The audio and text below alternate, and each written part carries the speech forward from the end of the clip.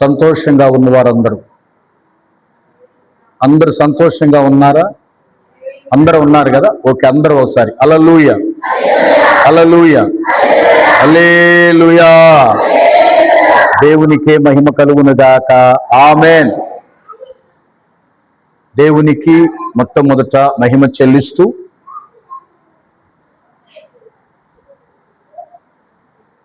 కూడి ఉన్నటువంటి మీ అందరికీ నా నిండు మనసుతో రెండో వర్తమానంలోకి వచ్చేసినటువంటి మీ అందరికీ కూడా హృదయపూర్వకమైనటువంటి వందనాలు తెలియజేస్తున్నాను.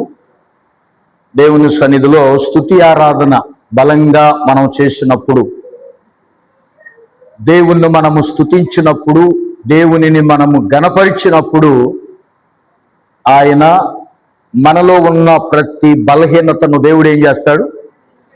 తొలగించునుగాక. ఎంతమంది నమ్ముతున్నారు ఈ మాట? స్తుతి ఆరాధనలో చేతులెత్తి ప్రభుని మనస్సారా కొనియాడినప్పుడు, స్తుతించినప్పుడు దేవుడు మన పక్షానుండి మనల్ని బలపరుస్తాడు అని మనం నమ్ముతున్నావా లేదా?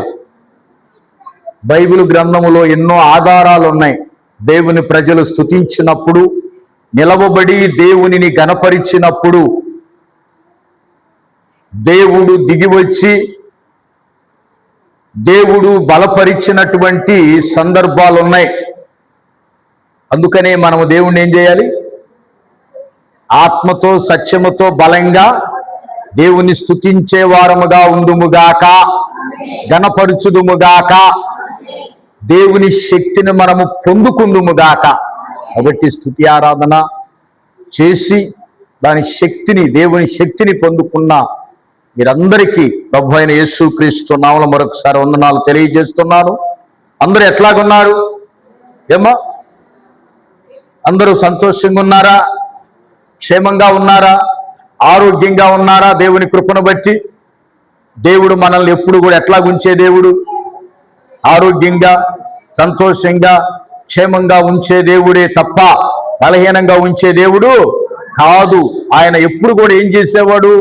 తన కృప ద్వారా బలపరిచే దేవుడు అని మనం నమ్ముతున్నాం. దేవునికి మహిమ కలుగునుగాక. అట్లాగనే పోయినటువంటి వారంలో దేవుని వాక్యం గుర్తుందా అమ్మా? ఏ అంశాన్ని మనం ప్రారంభించాం గుర్తుందా? ఏ అంశాన్ని? కాదు, అసలైన అంశం ఆత్మీయ ఆశీర్వాదాలు. ఏ ఆశీర్వాదాలు? ఆత్మ సంబంధమైన ఆశీర్వాదాలు. ద స్పిరిచువల్ బ్లెస్సింగ్స్ అంటే ఆత్మ సంబంధమైన ఆశీర్వాదాలు మనం ప్రారంభించాం. అందులో పోయిన వారం ఎన్నో వచనం చదువుకున్నాం, ఎన్నో ఆశీర్వాదం. ఆరవది, ఎన్నవది? ఆరవది ఏంటిది? జీవజలపు ఊట. ఏ ఊట? జీవజలపు ఊట. దేవుడు మనకేమిచ్చాడు? ఇచ్చాడా? నీకు ఇచ్చాడా లేదా? డౌట్గా ఉన్నట్టు నా కళ్ళి చూస్తున్నారు. అంటే ఇచ్చాడా నాకు లేదా, ఇచ్చాడా నాకు లేదా అన్నట్టు నా కళ్ళి చూస్తున్నారు. ఇచ్చాడు అన్న వాళ్ళు స్తోత్రం చెప్పండి. అది కూడా డౌట్గా చెబుతున్నారు. ఇప్పుడు నమ్మితే చెప్పండి, ఇచ్చాడని నమ్మితే. గట్టిగా చెప్పట్లా, గట్టిగా చెప్పట్లా, సంతోషంగా చెప్పాలి. పాస్టర్ గారు నాకు ఇచ్చాడో లేదో అనుమానంగా ఉంది అన్న వాళ్ళు స్తోత్రం చెప్పండి. తప్పులేదు, కొంతమందికి డౌట్ రావచ్చు. అందరూ విశ్వాసం కలిగి ఉండరు. ఆ జీవజలం ఇచ్చాడో లేదో పాస్టర్ గారు నాకు అర్థం కావట్లేదు అన్న వాళ్ళు స్తోత్రం చెప్పండి. తప్పులేదు, వాళ్ళు వివరంగా చెప్పవచ్చు. దేవుడు మనందరికి ఏమి ఇచ్చాడు? జీవజలపు ఓట మనలోనే ఉంచాడు. మనలోనే ఉంది, నీలోనే ఉంది జీవజలపు ఓట. ఏంటిదయ్యా జలం? చెప్పా. ఏంటిదా జలం? ఎవరు చెప్తారు? ఆ జలం నీలో ఉన్న నీటి ఓట ఏంటిదని చెప్పా. అప్పుడే మర్చిపోయారా? నీలో ఉన్న ఓట ఏంటిది చెప్పు. దేవునికి స్తోత్ర. దేవుని సువార్త ప్రకటించటమే జీవజలపు ఊట. దేవుని మాటలు చెప్పటమే ఊట. దేవుని స్తుతించటమే ఊట. దేవుణ్ణి గణపరచటమే ఊట. దేవునిని మహిమపరచటమే ఊట. దేవుని కార్యాలు.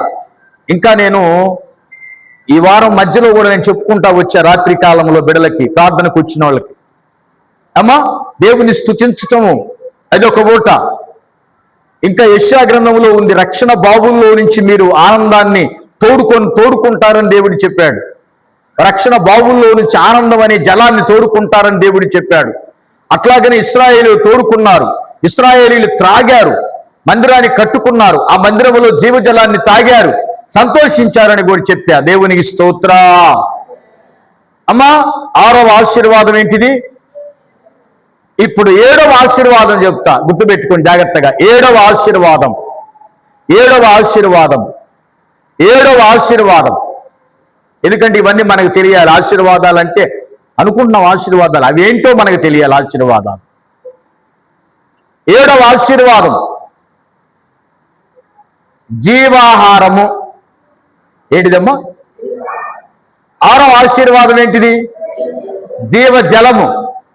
7వ ఆశీర్వాదం ఏంటిది? జీవాహారము. చూడండి, ఇవి పక్క పక్కనే ఉన్నాయి. ఏ పక్క పక్కనే ఉన్నాయి? నీళ్లు, ఆహారం పక్క పక్కనే ఉందా లేదా? ఇప్పుడు ఆహారం తింటాం, ప్లేట్ పక్కన ఏం పెట్టుకుంటాం అమ్మా? ప్లేట్ పక్కన ఏం పెట్టుకుంటాం?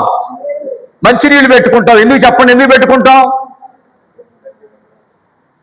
ఆహారం తిన్న తర్వాత ఏం తాగుతాం? వాటర్ మనం తాగుతాం. ఆ వాటర్ తాగటం వల్ల ఏమవుతుందో తెలుసా పిల్లలు? ఆ వాటర్ తాగటం వల్ల ఏమవుతుందో తెలుసా? మన జీర్ణాశయంలో ఉన్న ఆహారం ఏమైందో తెలుసా? మిక్సీలో వేసినట్టు మనం వేస్తున్నాం. మిక్సీలో పచ్చడేసి ఏం చేస్తాం? కాస్త వాటర్ పోస్తాం. ఎందుకో చెప్పండి వాటర్ పోసేది? మెత్తగా ఉండటానికి. మనం చిన్న ఆహారం ఇక్కడ ఉండే జీర్ణాశయం అనే ఒకటి ఉంటుంది, ఒక తిత్తి. ఆ తిత్తిలోకి వెళ్ళిన తర్వాత మనం మంచినీళ్ళు తాగి ఆ గ్రైండర్లో వేసిన తర్వాత దేవుడు సిచ్చేస్తాడు టక్కున. ఏగానే జీర్ణాశయంలో ఉన్నటువంటి ఆ పదార్థం అంతా ఏమైంది? కిందకి మీదకి మిక్సింగ్ అవుతా ఉంటుంది. దేవునికి మహిమ కలుగునుగాక. అందుకనే ఆహారము, జీవాహారము దేవుడు మనకిచ్చాడు. ఏ ఆహారం ఇచ్చాడు? జీవాహారం ఇచ్చాడు. ఇది గొప్ప ఆశీర్వాదం కాదా? జీవాహారం అంటే ఏంటిది మనందరికీ తెలుసు. దేవుని వాక్యము. ఇంకా ఎవరు చెప్తారు? జీవాహారం అంటే దేవుని వాక్యము. ఇంకా అసలైంది రాలా. జీవాహారము ప్రభువు యొక్క శరీరము. ప్రభువు యొక్క శరీరాన్ని ఏమన్నాడు దేవుడు? నేను జీవాహారమునై ఉన్నాను. చదవండి ఒకసారి. యోహాను సువార్త 6వ అధ్యాయము 51వ వచనాలు. దీనిని తినువాడు చావకుండునట్లు పరలోకము నుండి దిగి వచ్చిన ఆహారం ఇదే. పరలోకము నుండి దిగి వచ్చిన జీవాహారమును ఏమన్నాడు ఆయన? పరలోకము నుండి దిగి వచ్చిన జీవాహారమును నేనే. ఇప్పుడు జీవాహారం అంటే ఎవరు? వాక్య ప్రకారంగా యేసయ్య జీవాహారం. ఇంకా మనకు తెలియాలంటే 51వ వచనములో తర్వాత పదం చదవండి. ఎవడైనను ఈ ఆహారము భుజించితే వాడు ఎల్లప్పుడూ, అంటే మానవుడు ఎల్లప్పుడూ జీవించటానికి దేవుడు మానవుడికి ఏమిచ్చాడు? జీవాహారం ఇచ్చాడు. ఆ ఆహారము తానై ఉన్నాడు. ఆయనే మనిషికి ఆహారమై ఉన్నాడు. ఎవరై ఉన్నారు? ఏమండి, నువ్వు నీ బిడ్డకు ఆహారం అవుతావా? కావా? కావా? నేను చెప్పింది అర్థం కాల మీకు? నేను చెప్పింది అర్థం కాల?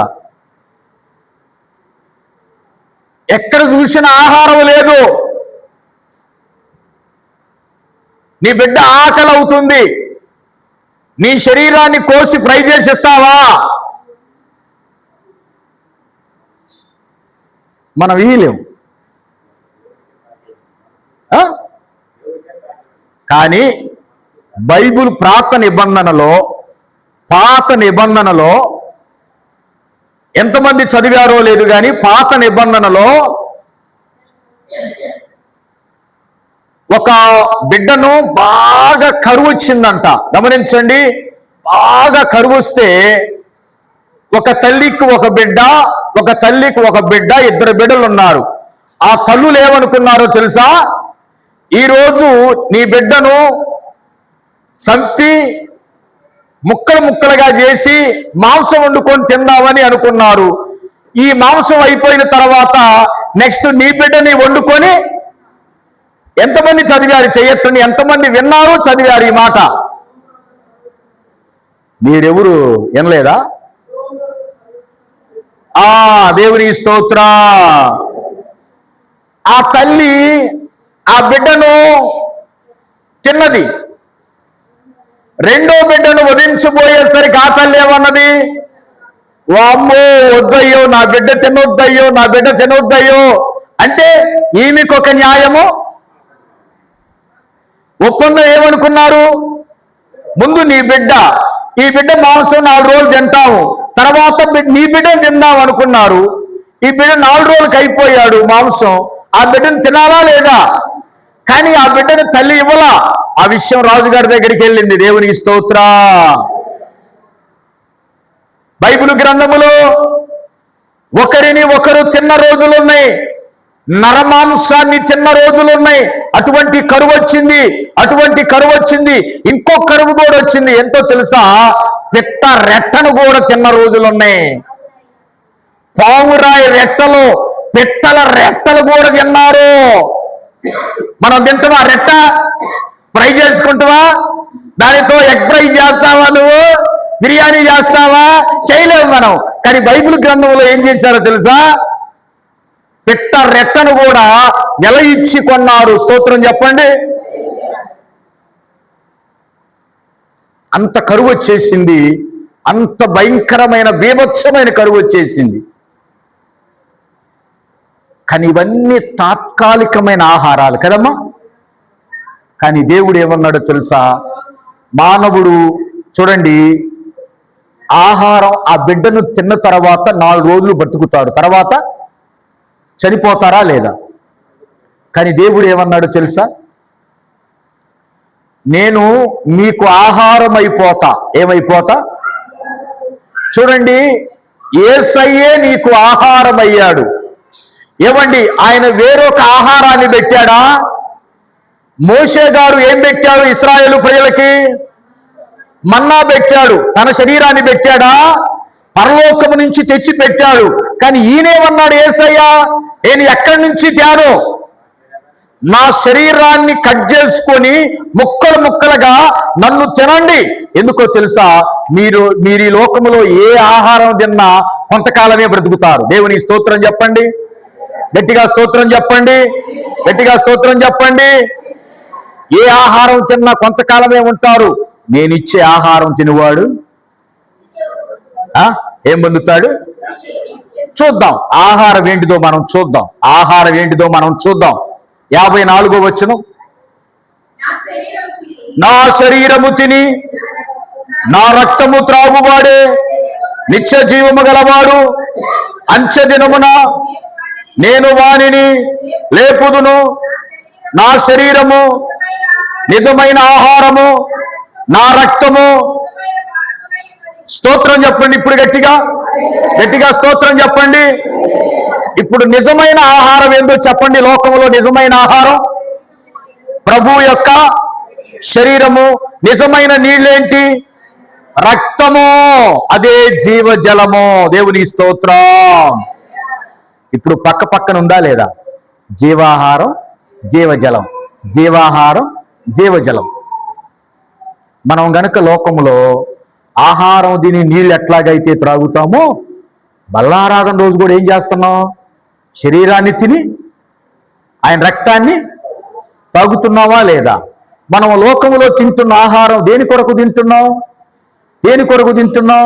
శరీరానికి తింటున్నాం. కానీ ఈ ఆహారం దేని కొరకు తింటున్నాం? ఆత్మకు సంబంధించింది. దేవునికి మహిమ కలుగునుగాక. అయితే బైబిల్ గ్రంథంలో దేవుడు ఏమన్నాడు? ఈ ఆహారాన్ని ఏమన్నాడు తెలుసా? నిజమైన ఆహారాన్ని ఏమన్నాడు తెలుసా? అక్షయమైన ఆహారం అన్నానండి. ఏ ఆహారం? అక్షయమైన ఆహారం ఉందంటే క్షయమైన ఆహారం ఉందనే అర్థం. అయ్యా, చీకటి ఉందంటే, కాంగ్రెస్ ఉందంటే సహజంగా ఉందా లేదా? పార్టీ. స్త్రీ ఉందంటే, మంచి ఉందంటే,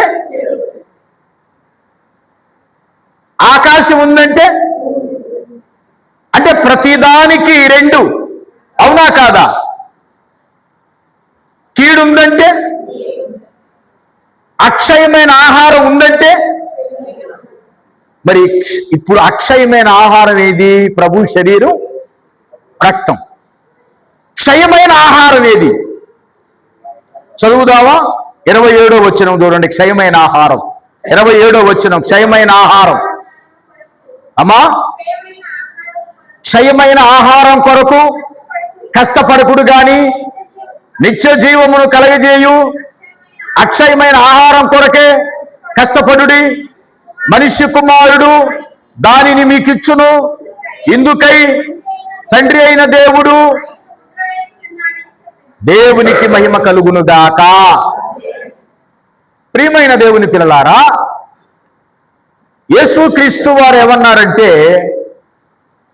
క్షయమైన ఆహారం కోసం మీరు కష్టపడవద్దు. ఏ ఆహారం కోసం?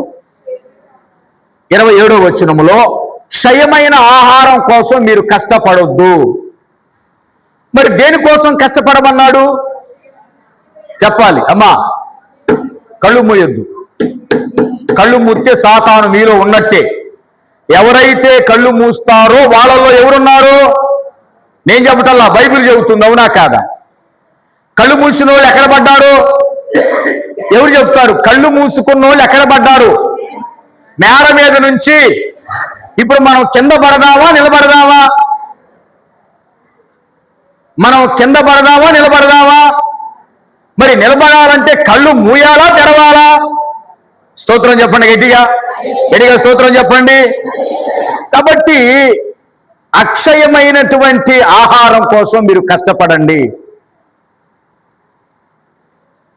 దేవుడిచ్చేటువంటి ప్రభు శరీరం, ప్రభు రక్తం కోసమే మీరు ప్రయాసపడండి. క్షయమైన ఆహారం కోసం మీరు కష్టపడొద్దని ఈ మాటలు ఎవరితో చెప్తున్నారు? యేసయ్య తనను వెంబడించిన వారితో చెప్తున్నాడు. తనను శిష్యులతో కాదు, ఇంకా చాలా మందితో చెప్పాడు. ఎవరితో చెప్పాడు చూద్దాం. 25, 26 వచనాలు చూడండి. సముద్రపు టద్దరిని ఆయనను కనుగొని, బోధకుడా నీవెప్పుడు ఇక్కడికి వచ్చితమని అడగగా, యేసు మీరు సూచనలను చూచుట వలన కాదు, కానీ రొట్టెలు భుజించి తృప్తి పొందుట వలననే. దేవునికి స్తోత్రం చెప్పండి. గట్టిగా చెప్పండి. వీళ్ళు ప్రభువుని ఎత్తుక్కుంటా వచ్చారంట. ఎవరు? శిష్యులు వచ్చారు, జనులు ప్రభువా నువ్వు ఎక్కడున్నావా? నిన్నంతా వెతుకుతున్నావయ్యా, నువ్వు ఎక్కడున్నావా, నువ్వంతా వెతుకుతున్నావని అనగానే ప్రభు ఏమన్నాడో తెలుసా? మీరు నన్ను వెతుకుతుంది నేను నా వాక్యం కోసం కాదు, లేదు నేను చేసే సూచక్రియల కోసం కాదు. ఎందుకు నా దగ్గరకు వస్తున్నారో తెలుసా? నేను ఇచ్చే రొట్టెల కోసం భుజించి ఇంట్లో వండుకునే పని లేకుండా తిని ఇళ్ళకి తీసుకెళ్తున్నారు కదా, ఈ తిండి కోసమే నా దగ్గరకు వస్తున్నారని చెప్పాడు. గట్టిగా స్తోత్రం చెప్పండి, గట్టిగా స్తోత్రం చెప్పండి. అంటే వీళ్ళు ప్రభు దగ్గరికి ఎందుకు వస్తున్నారో ప్రభువు తెలియదా? తెలుసా తెలియదా? వాళ్ళు ఏం చేస్తున్నారు? వాక్యం కోసం వచ్చినట్టే కవర్ చేస్తున్నారు, ప్రార్థనకు వచ్చినట్టే కవర్ చేస్తున్నారు, ప్రార్థన కోసమే కవర్ చేస్తున్నారు, భక్తిగా ఉన్నట్టు నటిస్తున్నారు. కానీ యేసయ్య వాళ్ళ హృదయాలు ఎరిగిన దేవుడు గనుక ఎందుకు వస్తున్నారో దేవుడికి తెలియదా?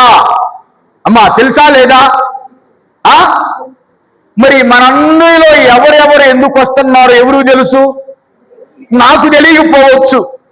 నేను అమాయకుడిని, పిచ్చోడిని, వెర్రోడిని, నాకు తెలియకపోవచ్చు. ఎవరికి తెలుసు? ఇప్పుడు మీరందరూ కూర్చున్నారు, ప్రార్థనకు వచ్చారు యెరూషలేము మందిరానికి. ఎవరెవరు ఎందుకు వచ్చారో, ఏ ఉద్దేశంతో వచ్చారో, ఏ ఆలోచనతో వచ్చారో ఎవరికి తెలుసు నాకంటే? దేవుడు అన్నాడంట, మీరు వాక్యం కోసం రాలా, నా కోసం రాట్లా, నేనిచ్చే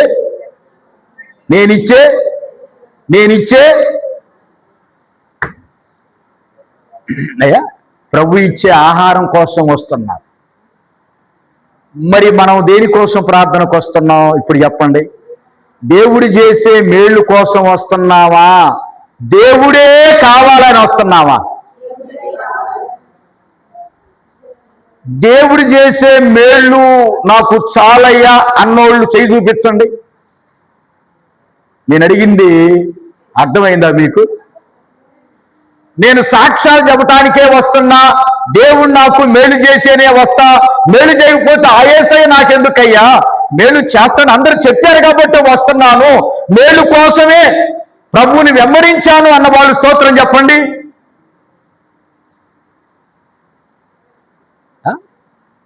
వెరీ గుడ్. అంటే అందరికి ఎవరు కావాలి? యేసయ్య చేసే మేలు కాదు, ఆ మేలు చేసిన యేసయ్యే. ఇప్పుడు రెండో ప్రశ్న, మేలు చేసినా చేయకపోయినా, దేవుడు ఏది ఇచ్చినా ఇవ్వకపోయినా నాకు యేసయ్య ఉంటే చాలన్నోళ్ళు స్తోత్రం చెప్పండి, గట్టిగా స్తోత్రం చెప్పండి, గట్టిగా స్తోత్రం చెప్పండి. నీ మాట చాలయ్యా, నీ చూపు చాలయ్యా, నీ తోడు చాలయ్యా, నీ నీడ చాలయ్యా, నీ మాట చాలయ్యా, నీ చూపు చాలయ్యా. పాడదామా? ఆయన చాలు.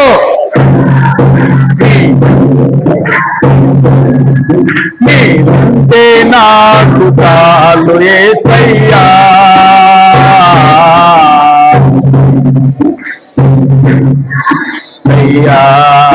నీవంటే నాకు చాలు యేసయ్యా, నీవంటే నేను తానేసయ్యా, నీ మాట చాలయ్యా. కొట్టాలి చప్పట్లు, సంతోషంగా పాడదాం, ఆయన కావాలని పాడదాం. నీ మాట చాలయ్యా యేసయ్యా, అవునయ్యా స్తోత్రం. తోడు చాలయ్యా, నీడ చాలయ్యా, నీవంటే నాకు చాలు, నేను తానేసయ్యా. ఎన్ని బాధ నానో కొట్టు,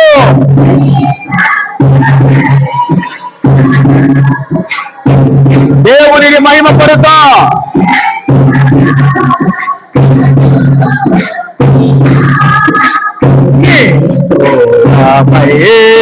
నానో ఎన్ని బాధ ఏ పండులైనానో,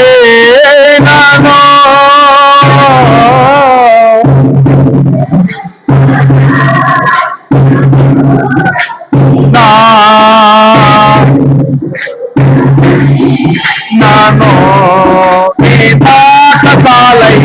యేసయ్యా గ్లోరీ.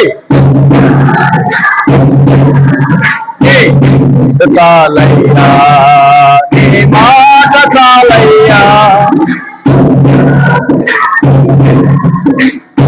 ఓడు చాలయ్యా నీ చాలయ్యా, నీవంటే నాకు చాలు యేసయ్యా,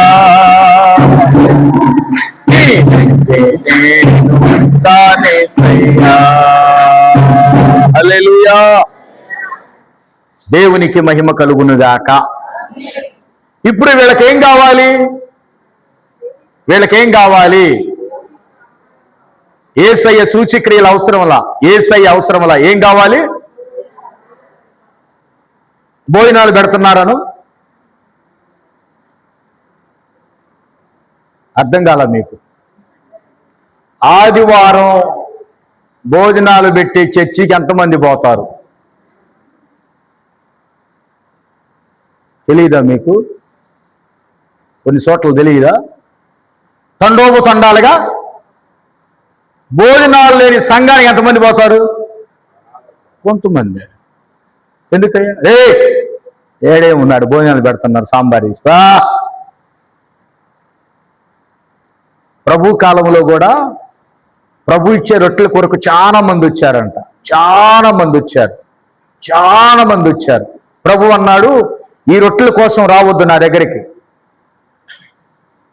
ఈ రొట్టెల కోసం నన్ను వెంబడించొద్దు, దేవుని కార్యాల కోసం ప్రభువుని వెంబడించొద్దు, పంట పండటానికి ప్రభువుని వెంబడించొద్దు, బిడ్డకు ఉద్యోగం రావటానికి వెంబడించొద్దు, ఇటువంటి తాత్కాలికమైన ఉపకారాల కోసం ప్రభువుని వెంబడించొద్దు. మరి దేనికోసం వెంబడించాలి ప్రభుని?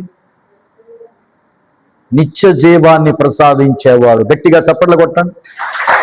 ఏ జీవాన్ని అమ్మా? నిత్య జీవమైన ఆహారాన్ని ఇచ్చే దేవుని కోసం వెంబడించాలి. ప్రభు అన్నాడు ఏం తెలుసా? ఈరోజు రొట్టెలు నేను పెట్టటల్లా, ఈ రోజంతా మీరు ప్రార్థనలో ఉండాలనేసరికి 66వ వచనం చదవండి, అర్థమైంది మీకు. 66వ వచనం. అప్పటి నుండి ఏం తీసి? వెనక తీసంటే అనేకులు. ఏంది కూర్చున్నాం? ఇవాళ రొట్టెలు లేవంట మనకు. పాండే ఇవాళ ఉదయం నుంచి సాయంత్రం దాకా ప్రార్థన అంటాడు, చెవులు మోస్తాడు. ఇవాళ మనకి చెవులు గళ్ళె పడతాయి. పాండి అందరూ వెళ్ళిపోయారంట ఆహారం లేదనేసరికి. ఉపవాస ప్రార్థన అంటే అందరూ పోయారంట. అంటే దేవుడు పరీక్షించాడు. ఏం పరీక్షించాడు? ఆహారం పెడతంటేనేమో ఉంటున్నారు, ఆహారం పెట్టనంటేనేమో చూద్దాం ఇవాళ ఆహారం పెట్టనన్నాడంట.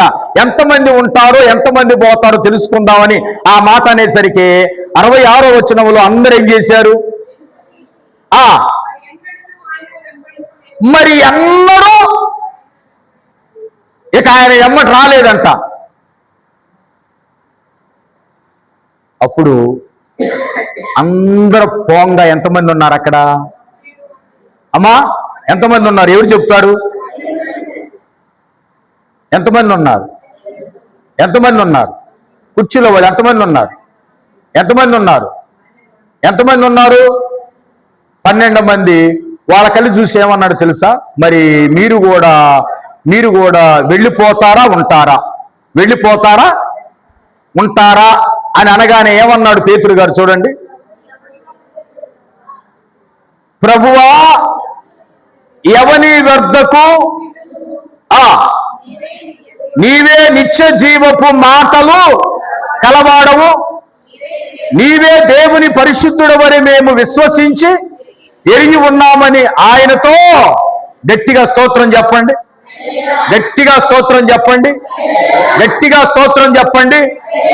ఇప్పుడు అపోస్తలులు ఏమన్నారు?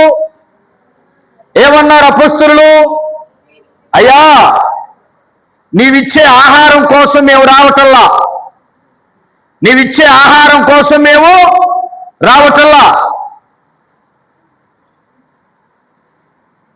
నీవిచ్చే ఆహారం కోసం మేము రావటల్లా, నీవిచ్చే కాను కోసం మేము రావటల్లా, నీవిచ్చే సందా కోసం మేము రావటల్లా, నీవిచ్చే రూపాయి కోసం మేము రావటల్లా. మరి మీరు దేనికోసం నా దగ్గరకు వస్తున్నారు, దేనికోసం వస్తున్నారంటే పేతురు గారు ఏమన్నాడు? నీవే నీవే. ఆ మాట అందరు పలకండి, నీవే. గట్టిగా పలకండి, నీవే నిత్య జీవపు మాటలు కల దేవుడవు, నీవు పరిశుద్ధుడవని విశ్వసించుచున్నాము. ఒక్కసారి ఆమేన్ చెప్పండి, గట్టిగా ఆమేన్ చెప్పండి, మూడోసారి ఆమేన్ చెప్పండి. దేవునికి మహిమ కలుగును గాక. అంటే ఆమేన్ ఎందుకు చెప్పించానో తెలుసా? మనము కూడా అలాంటి తీర్మానము కోరుకుందుము గాక. అమ్మా శిష్యులు ఏమన్నారు? ఇప్పుడు శిష్యులు దేనికోసం వచ్చారు? దేవుని మాట కోసం వచ్చారు. దేనికోసం? దేవుని మాట కోసం వచ్చారు, దేవుని మాటల కోసం వచ్చారు, పరిశుద్ధుడైన దేవుణ్ణి వెంబడించడానికి వచ్చారు, నిజమైన ఆహారం కోసం వచ్చారు.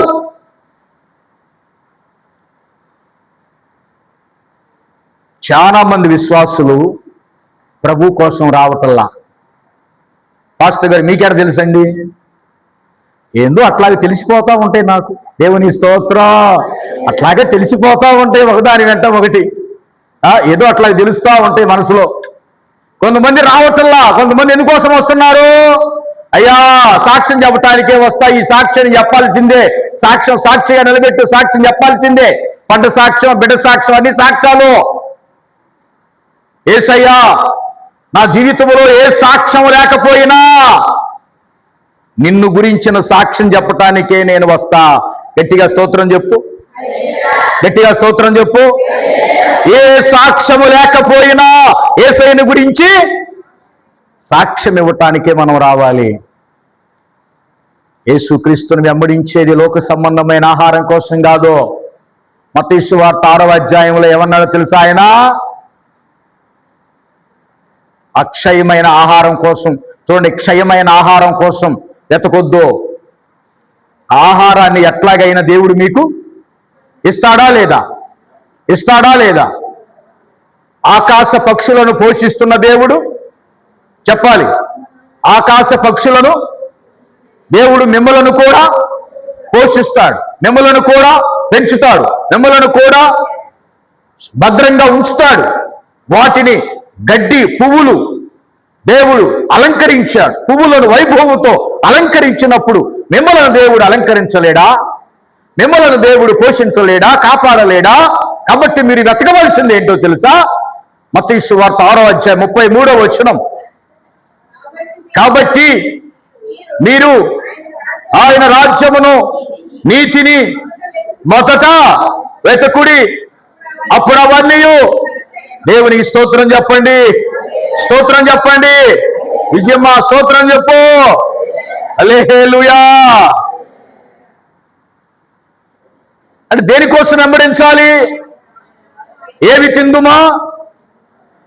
దేవుడు ఏమి ఇస్తాడా? ఏమి తినటానికి ఇస్తాడా? ఏమి తాగటానికి ఇస్తాడా? ఏమి కట్టుకోవటానికి ఇస్తాడా? ఏం పంటిస్తాడా? పాటిస్తాడా? కమ్మగా చెందావా అని రాకూడదు. మరి దేనికోసం రావాలి ప్రభు దగ్గరికి? ప్రభు నీ రాజ్యం ఉంటే చాలు నాకు, నీ నీతి ఉంటే చాలు నాకు. ఓ సహోదరు అన్నది, దేవుడు నాకు ఏం మేలు చేశాడని నేను వచ్చేనండి పాస్టర్ గారు. ఇక్కడే చిన్న బిడ్డ, తెలిసి తెలియని బిడ్డ, దేవుడు నాకు ఏం మేలు చేశాడని ప్రార్థన చేయట్లా నేను అలిగాను అన్నది. ఎవరి మీద అలిగావు? దేవుడి మీద అలిగా. ఎవరి మీద అలిగావు? దేవుడి మీద అలిగా. మంచిదే. ఇప్పుడు దేవుడు ఉఫ్ఫు అన్నాడు అనుకో, ప్రాణం ఏమైంది? పరదేశ్. దేవుడి మీద అలగొద్దు. సహోదరు అన్నది, నాకేం మేలు చేయట్లా పాస్టర్ గారు, మేలు చేస్తానని మాట్లాడాడు. నాకేం, ఎవరితో మాట్లాడాడు? దేవుని వాక్యం ఏం చెబుతుంది? హబక్కూకు గ్రంథంలో ఉంది. అంజూరపు చెట్లు పూయకపోయినా, ద్రాక్ష చెట్లు ఫలించకపోయినా, పశువులలో శాలలో పశువులు ఈనకపోయినా, చేలో పంట చేతికి రాకపోయినా,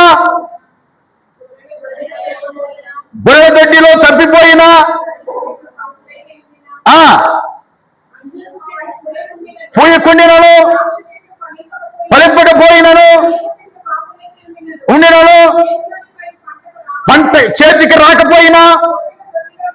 లేకపోయినా నేను యెహోవా యందు కొట్టు. గట్టిగా చప్పట్లో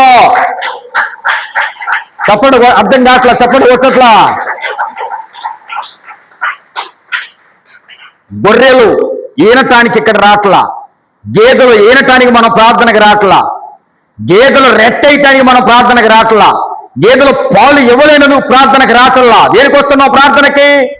నా రక్షణకర్త యందు యెహోవా యందు నేను ఆనందించటానికి వస్తున్నా పాస్టర్ గారు. ఇది నిజమైన భక్తి. యేసన్న గారు పాట రాశారు, చేనిలోని పైరు లన్నీ రాలిపోయినా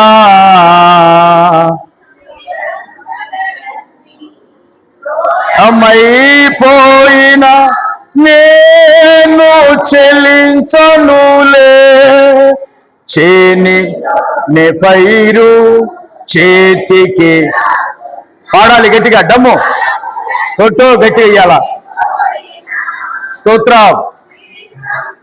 లన్నీ దూరమైపోయినా నేను చెల్లించనులే.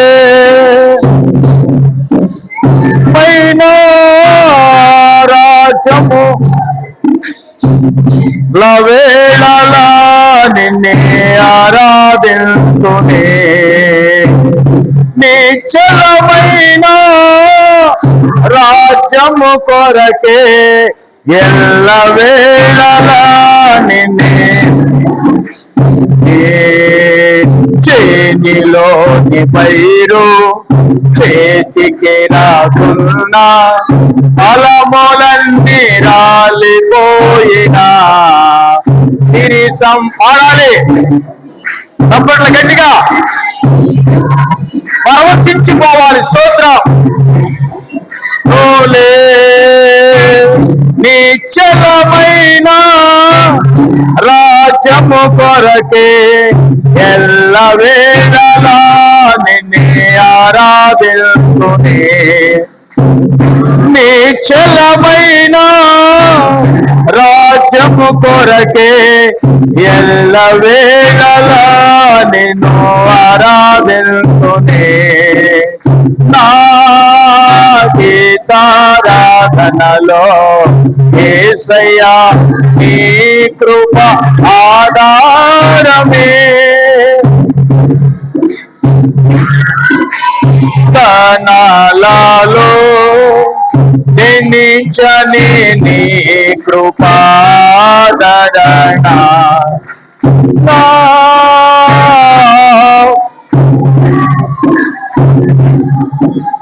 జనించని నీ కృపాదరణ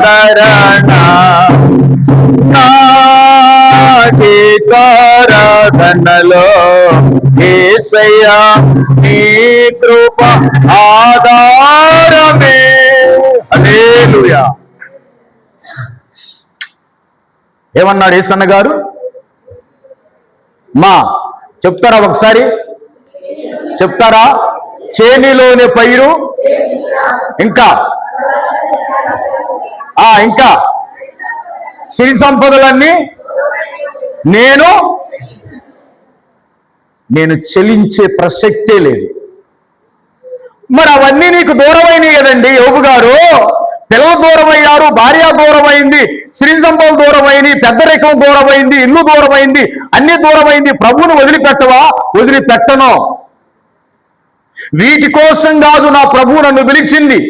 ఎందుకోసం? యేసన్న గారు రాశారు అక్కడ, మహానుభావులు నిశ్చలమైన రాజ్యము కొరకే ఎల్లవేళలా నిన్ను ఆరాధించేదా. ఆమెన్ చెప్పండి, ఆమెన్ చెప్పండి, ఆమెన్ చెప్పండి. ఎందుకు చెప్పారు ఆమెన్ అని తెలుసా? ఆ రాజ్యం కొరకే నేను ఆరాధించుదును గాక. ఎంత ఆశీర్వాదం అండి, మనకి ఎంత దీవెన. ఒక్కసారి గమనించండి. ప్రభు అన్నాడు, ఈ మేలు కోసం నన్ను వెంబడించొద్దు, నేను ఒక ఆహారాన్ని ఇస్తున్నా, నేనే మీకు ఆహారం అయ్యాను. అది 7వ ఆశీర్వాదం కదా. మనం అందరం మన జీవితాల్లో మేలు చేసినా చేయకపోయినా దేవుడి మీద అలగొద్దు, దేవుడి మీద ఫైట్ చేయొద్దు, కానీ దేవుడి మీద యుద్ధం చేద్దాం. ఏ యుద్ధమో తెలుసా? పోరాటం. ఏ పోరాటం? ఆ పోరాటం వేరు. ప్రభువులో బలపడటానికి పోరాటం చేద్దాం, అంతేగాని నాకెందుకు మేలు చేయలా, నాకెందుకు చేయలా, నాకెందుకు చేయలా, నాకెందుకు చేయలా అనొద్దు. ప్రభువా చేసే టయానికి స్తోత్రం, నేను స్తుతిస్తా వెళతా, గణపరుస్తా వెళతా. కాబట్టి మనం అందరం కూడా వినండి, 7వ ఆశీర్వాదము నిజమైన ఆహారాన్ని ఇచ్చాడు. మనం ఎంత ధన్యులము. ఈ ఆహారం ఎవరికన్నా ఇచ్చాడా దేవుడు లోకంలో? దేవుని ఎరిగిన వాళ్ళకి తప్ప ఎవరికన్నా ఇచ్చాడా? ఇటువంటి ఆహారం పొందుకున్న మనం చాలా ధన్యులం. కాబట్టి యేసయ్యా, నేను నీ పేతురు గారి వలె నిలబడదాం. పేతురు గారు నీ జీవపు మాటల కోసం నిలబడ్డాడు. దేవుని కోసం నిలబడినట్టుగా మనము కూడా ఈ లోకం కోసం కాదు, లోకముల ఆహారం కోసం కాదు నిలబడాల్సింది, యేసయ్య కోసం, యేసయ్య మాట కోసం, యేసయ్య చూపు కోసం, యేసయ్య ప్రేమ కోసం నిలబడి ఆయనకి సాక్షులుగా జీవిద్దాం. దేవుడి మాటలు దీవించునుగాక. ఆమేన్. హల్లెలూయా, హల్లెలూయా, హల్లెలూయా. దేవునికే మహిమ కలుగునుగాక. ఆమేన్.